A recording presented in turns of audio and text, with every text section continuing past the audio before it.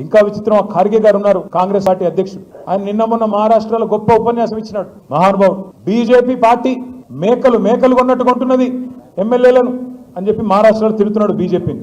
నేను ఇన్వైట్ చేసిన ఖార్గే గారిని, అయ్యా ఖార్గే గారు ఒకసారి తెలంగాణకు రండి, ఇక్కడ కూడా మేకల మండిలో కాంగ్రెస్ బాగా కొంటున్నది, మా మేకలు కూడా కొన్ని తప్పిపోయి కాంగ్రెస్ శిబిరంలో తిరుగుతున్నాయి, ఆ మేకలను పట్టుకొచ్చుకుందాం, నువ్వు రా స్వామి అన్న.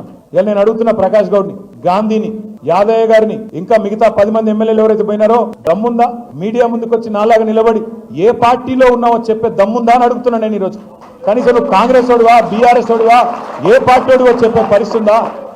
సిగ్గుందా? ఎందుకు ఇంత భయం? పదవులను గబ్బిలాలు కదా చూరు పట్టుకొని వెళ్ళాడినట్టు పదవులు పట్టుకొని వాటి కోసం ఈ పార్టీలో ఉన్న ఆ పార్టీ అని చెప్తావా? ఈరోజు ఏ పార్టీ తెలియదు అయిన దానికి. కాంగ్రెస్ లో ఉన్నాడా, బీఆర్ఎస్ లో ఉన్నాడా, త్రిశంకు స్వర్గంలో ఉన్నాడా? దీన్ని ఏమనాలి మనం? నేను గట్టిగా మాట్లాడితే మళ్ళీ తిట్టినట్టు కాబట్టి నేను తిట్టను. కానీ ఒకటి మాత్రం పక్కా, రేవంత్ రెడ్డి మోసాలు, రేవంత్ రెడ్డి కరప్షన్, రేవంత్ రెడ్డి చేస్తున్న కుట్రలు, వాటి నుంచి పేద ప్రజలను కాపాడుకోవడం ఎలా అనే విషయంలో మేమందరం కేసీఆర్ గారి నాయకత్వంలో నిరంతరాయంగా పనిచేస్తూనే ఉంటాం.